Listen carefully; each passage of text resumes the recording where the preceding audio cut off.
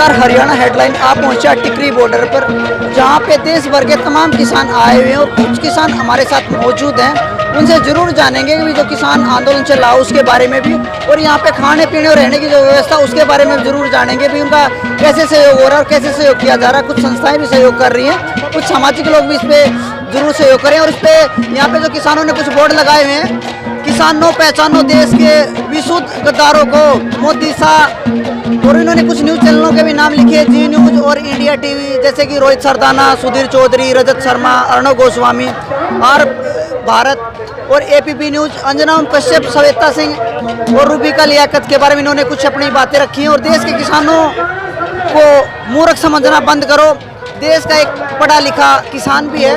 और उन्होंने आज तक चैनल जी न्यूज़ और इंडिया टीवी के बारे में भी अपनी बातें रखी हैं। उन्होंने कहा 4 महीनों में 200 बहसें हुई हैं, जिसमें पाकिस्तान 79 बहसें, और शिक्षा पे कोई बहस नहीं है, और स्वास्थ्य पर भी कोई बहस नहीं है। विपक्ष पर हमले 66, और स्वास्थ्य पर भी कोई बहस नहीं की जा रही। इसमें मोदी प्रशंसा के बारे में बात की गई, उन्होंने 36 बहसों का जिक्र किया गया। किसानों पर 0 बहस है, और राम मंदिर पर भी इन्होंने 14 बहसों का जिक्र किया गया। पर्यावरण संरक्षण के बारे में भी कोई बहस नहीं की गई है। और रवीश कुमार जो 26 नवंबर से हर रोज किसानों की लगातार आवाज़ उठा रहा है, उसका इन्होंने धन्यवाद भी किया।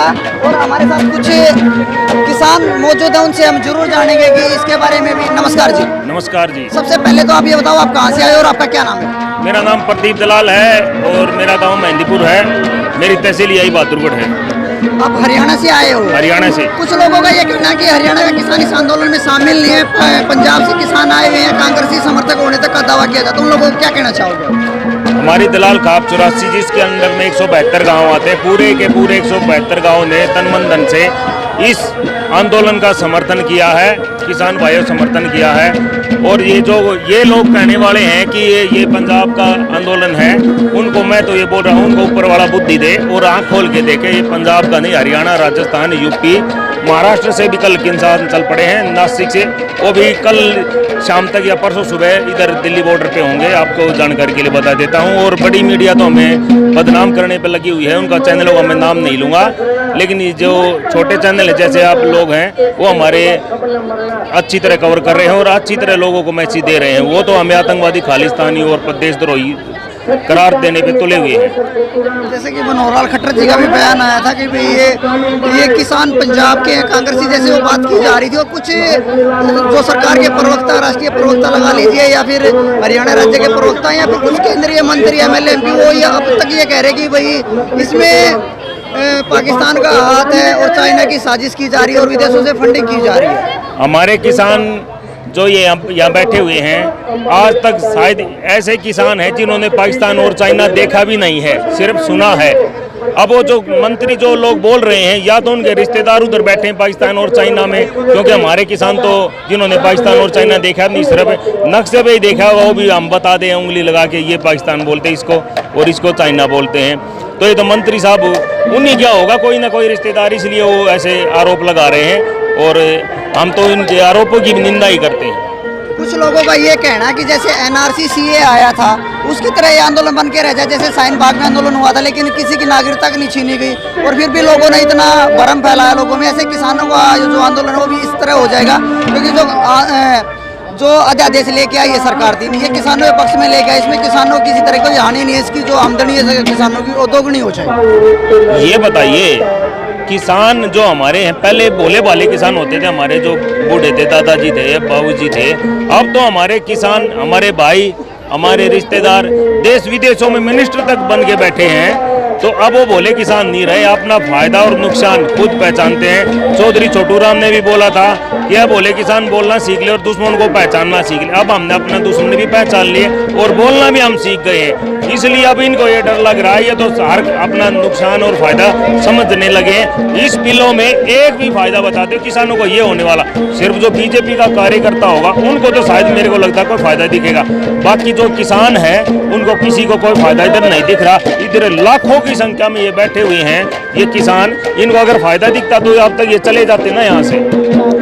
सरकार इसके लिए जनसभाएं भी कर रही है ताकि किसानों को जागरूक किया जाए, क्योंकि किसान हमारा जो ज़्यादा तबका वो अनपढ़ है, कि किसानों को बहकाया गया, बरगलाया गया। ऐसा इस बिल में किसी तरह का कोई प्रावधान नहीं है कि किसान की ज़मीन लीज पे ली जाएगी या उससे हड़प ली जाएगी। नहीं, ये बताइए, अगर बीजेपी विपक्ष में होती तो वो क्या कहती? वो भी यही कहती ना।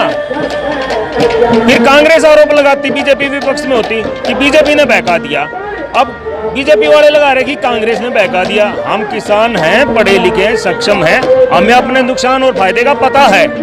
इस बिल में एक भी बताइए, बोल रहे हैं नहीं हड़पी जाएंगी, नहीं ली जाएंगी। आपको उदाहरण के तौर पे बताता हूँ, जियो आया था स्टार्टिंग में, फ्री दिया सब कुछ, और अब 2 साल के बाद देख लो क्या हो रहा है, कितने कितने रुपए का महंगा रिचार्ज हो रहा है। तो आने वाले टाइम में वही हाल हमारा होने वाला है, जमीन भी हमारी हुई और मजदूर भी हम बन के रह जाएंगे। सरकार का ये कहना है कि ये बिल कांग्रेस लेके आ रही थी 2011 कुछ सन बताया गया, तो उसमें सरकार के पास पूर्ण बहुमत नहीं था, जिस कारण ये बिल पास नहीं हुआ, लेकिन बीजेपी के पास पूर्ण बहुमत था, इस वजह से ये बिल को पास कर लिया गया।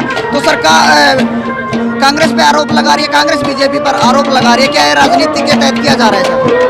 कांग्रेस लेके आ रही थी, लेके तो नहीं आई ना, क्योंकि जब कांग्रेस ने अध्यादेश या कुछ भी लाने का सोचा, उसी टाइम किसानों ने विरोध कर दिया, और जो उसकी सहयोगी यूपीए की पार्टी थी उन्होंने भी इसका विरोध कर दिया था। तो कांग्रेस ने ये बिल लेके नहीं आई। ये सरकार बहुमत के घमंड में चकनाचूर हो चुकी है कि हमारे पास बहुमत है, हम जो बोलेंगे वही होगा। लेकिन आने वाला टाइम ऐसा होगा कि इनकी 3 सीटें भी नहीं आएंगी, विपक्ष में बैठने के काबिल नहीं रहेंगे। जैसे कांग्रेस ने 14 में, आप बोल रहे हो ना कि ऐसे लेके आने की सिर्फ बात ही छोड़ी थी, लोगों ने उनका पूरा सुपड़ा साफ कर दिया। आने वाले दिनों में अगर इनमें शुद्ध बुद्धि नहीं आई तो इनका भी पूरा सुपड़ा साफ हो जाएगा। और दुष्यंत चौटाला जी को क्या कहना चाहोगे? जैसे दुष्यंत चौटाला जी अभी केंद्रीय मंत्री से मिले थे, कृषि मंत्री जी से और रक्षा मंत्री जी से भी मिले थे, उन्होंने आश्वासन दिया कि भाई एमएसपी लिखित में दी जाएगी, और सरकार ने लिखित में आश्वासन दिया इसी। नहीं, ये बताइए, वो मिल के आए, आने के बाद मीडिया से बात करते उन्होंने ये बताया कि 24 से 48 घंटे में इसका समाधान हो जाएगा। उन बातों को भी 7 दिन हो गए। दुष्यंत चौटाला में बात करने लायक है क्या जो मैं उसके बारे में बात करूं? अगर बात करने लायक इंसान हो तो मैं उसके बारे में बात करूं, वो तो बात करने लायक ही नहीं है। इन्होंने चौधरी देवीलाल को, जिनको देश पूजता है, पूरी दुनिया किसानों मसीहा मानती है, उन्हीं का नाम डबो दिया। तो इनके तो जितने भी शब्दों में निंदा की जाए, इस इंसान में बात करने लायक कुछ नहीं है। इससे ज़्यादा मैं इस पर कोई टिप्पणी नहीं करूँगा। तो दुष्यंत चौटाला जी थे जो पहले लोकसभा के सदस्य थे, तो संसद में भी ट्रैक्टर लेके गए थे, उनका काफ़ी मतलब एक प्रचार भी हुआ था, युवा साथियों ने उनका हौसला भी बढ़ाया था कि भाई किसान के नाते वो ट्रैक्टर में संसद लेके गए। वहाँ पे उनका विरोध हुआ, ट्रैक्टर को संसद में नहीं जाने दिया, लेकिन फिर भी वो संसद में ट्रैक्टर लेके गए। लेकिन आज तो किसान सड़कों पे बैठा है, ये ठंड है, टेम्परेचर 6 डिग्री तक पहुँच गया, और किसानों की यहाँ पे शहादत भी हुई है। जहाँ तक है कि मेरा जो आंकड़ा है 37-38 किसान इस शहादत में शहीद भी हो गए, जो एक शहीद का दर्जा भी दिया गया किसानों को। 25 से 26 किसान इस किसान आंदोलन में जो शहीद हुए हैं, 25 से 26 हो चुके हैं अभी तक। और आपके कैमरामैन को मैं बोलूँगा, इन लोगों को दिखाइए, कैमरामैन से विनती करता हूं, लोगों को दिखाइए 80-80, 90-90 साल के बुजुर्ग यहाँ ठंड में बैठे हुए हैं। अब तो मेरे को लगता है या तो ट्रैक्टर में टायर फट गया या उसका तेल ही खत्म हो चुका है, क्योंकि अब बीजेपी सरकार के साथ मिल गए तो वही बोलते हैं ना कि चोर चोर मुसेरे भाई, ये तो वही बात हो गई। वोट कहीं और सपोर्ट कहीं हो गई। पहले बोल रहा था कि इनको जमुना पार भेजेंगे, कोई बोल रहा था 75 पार, कोई बोल रहा था जमुना पार, अब दोनों बन गए यार। अब बेचारा किसान क्या करे बताइए। आने वाले टाइम में दुष्यंत और बीजेपी सरकार दोनों को लोग अच्छी तरह बताएंगे, और लोगों ने तो खुद उनका बहिष्कार कर दिया है। उनके सिरसा जिले से, जींद से, हर जगह से लोग आए हुए हैं, ठीक है ना। दुष्यंत की तो जितना भी निंदा की जाए वो उतनी ही कम है। चौधरी वीरेंद्र सिंह हैं जो छोटू राम के वंशज कहे जाते हैं, वो भी किसान आंदोलन में समर्थन दे रहे हैं कि भी हम किसानों के साथ है, किसानों के साथ अन्याय नहीं होने दें। क्योंकि चौधरी छोटू राम जी ने जो किसानों का जो साथ दिया था, उस टाइम में कुछ कानून भी बनाए, और जो किसानों की जो जमीन हड़पी गई थी उनके लिए भी उन्होंने बहुत संघर्ष किया था कि आज किसान सिर उठा के अपनी खेती कर रहा है और देश का पेट भर रहा है, और आज उसी किसान सड़क पे बैठा है और लोग ऐसी ऐसी वाहियत की बातें कर रहे हैं भी ये किसान तो कांग्रेसी आ गए, ये तो किसी के बहकाव में आए हुए हैं, किसी विदेशी साजिश के तहत यहाँ पे आए हुए। नहीं, चौधरी छोटू राम को तो हम क्या पूरा देश पूछता है। जो भी जमींदार से, किसान से रिलेटिव है, चौधरी छोटू राम को सब नतमस्तक करते हैं आज भी। लेकिन चौधरी वीरेंद्र सिंह जो बयान दे रहे हैं, मैं ये बोलना चाह रहा हूँ चौधरी साहब को, पहले तो उन्हीं का बेटा MP है, उन्होंने लोकसभा में विरोध क्यों नहीं किया? वो भी तो हिसार से MP हैं। तो बोलने से नहीं होगा किसान। अब हमारा नेता वही होगा जो कुर्सी छोड़ के हमारे बीच में आएगा, हमारे दुख दर्द में हमारे साथ होगा। बोलने वाले को हम किसान नहीं मानते। और जो बीजेपी द्वारा जो SYL के ऊपर जो उपवास रखा गया था एक दिन का, उसमें काफी विरोध भी किया किसानों ने, उसके बारे में क्या कहना चाहोगे? आपके चैनल से और मीडिया के अन्य चैनलों ने भी दिखा दिया होगा, जहाँ भी बीजेपी ने ये सभाएं की है किसानों को समझाने के लिए, 70% कुर्सियां खाली रही हैं, जो 30% बैठे हैं वहाँ भी जहाँ किसान घुसे उनका विरोध किया है। तो जन जन में ये विरोध फैल चुका है और आने वाला समय बिल्कुल इनका दोनों का सुपड़ा साफ हो जाएगा। ये नहीं लगेगा कि कभी ये दोनों सरकारों ने इकट्ठी पार्टियों में मिला के सरकार भी बनाई थी।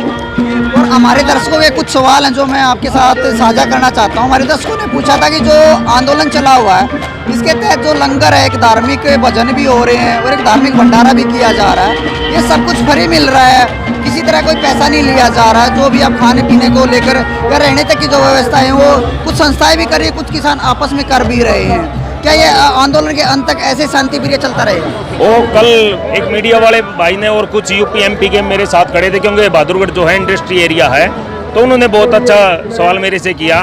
मेरे को बोलने लगे, भाई साहब सरदार जी आप लोग ये लंगर जो है कब से चला रहे हैं? तो मैंने उनको बहुत शांति से जवाब दिया कि 550 साल से तो हम चलाते आ रहे हैं, आगे बाबा की नानक की कृपा है, जब तक होगा ये चलता रहेगा। और ये लंगर लोगों की अपने खुद की भावनाओं से लोगों ने जिसका जो सहयोग बनता है वो दे रहे हैं और ये आगे भी चलता रहेगा।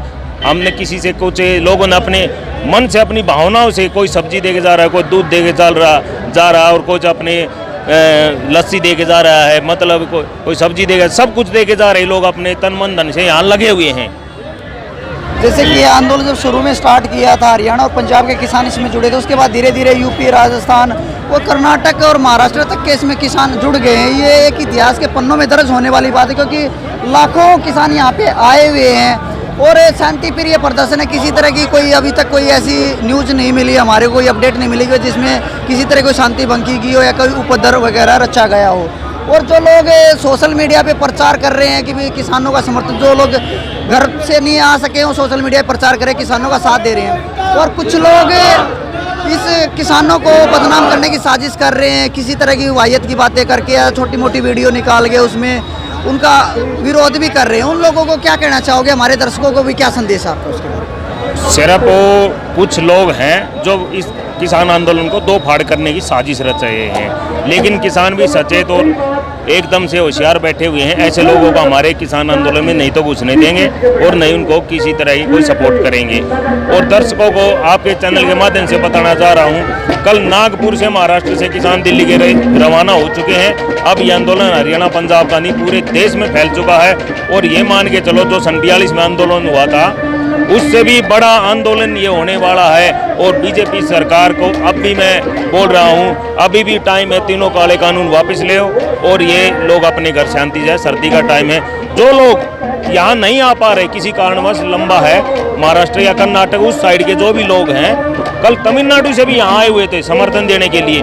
तो बताइए हर जगह इस किसान बिलों का, तीनों काले कानूनों का विरोध हो चुका। जो लोग यहाँ नहीं आ रहे, हमने उनसे यही रिक्वेस्ट की, जो अगर यहाँ नहीं आ पा रहे हैं तो चैनल के माध्यम से, आपके लोगों के चैनल के माध्यम से मैं बता रहा हूँ लोगों को कि जो जहाँ वहीं बैठ के सरकार का विरोध करे, लेकिन विरोध जरूर दर्ज कराए।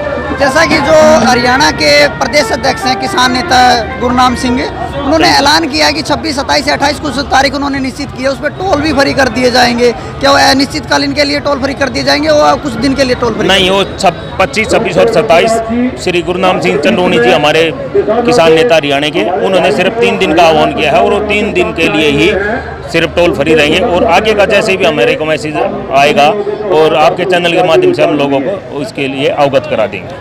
ये कुछ किसान हमारे साथ जुड़े हुए थे जो कि हरियाणा से हैं, और जो लोग ये कह रहे हैं कि किसान हरियाणा का नहीं है, कुछ राजनीतिक लोग इस तरह की बातें की जा रही है कि हरियाणा किसान नहीं है, ये पंजाब से आया हुआ किसान है या कांग्रेसी समर्थक, इस तरह की वाहियत की जो बातें की जा रही थी, उन लोगों के लिए एक सबक है ये वीडियो की भाई जो लोग ये देख रहे हैं, ये किसान हरियाणा के भी आए हुए हैं और पंजाब के भी किसान आए हुए हैं। और जो हरियाणा के किसान हैं, जो पंजाब के लोग ये कहते हैं कि भाई पंजाब के जो किसानों का कहना है कि जो हम राशन लेके आए तो राशन अब तक हमारे पास रखा हुआ है। जो हरियाणा के लोग, उन्होंने हमारे को खाने पीने, दूध दही तक का हमारे को प्रबंध किया और यहाँ पे जो रहने वहने की व्यवस्था वो भी हरियाणा के लोग ही कर रहे हैं। आप देख रहे थे हरियाणा हेडलाइन टिकरी बॉर्डर से।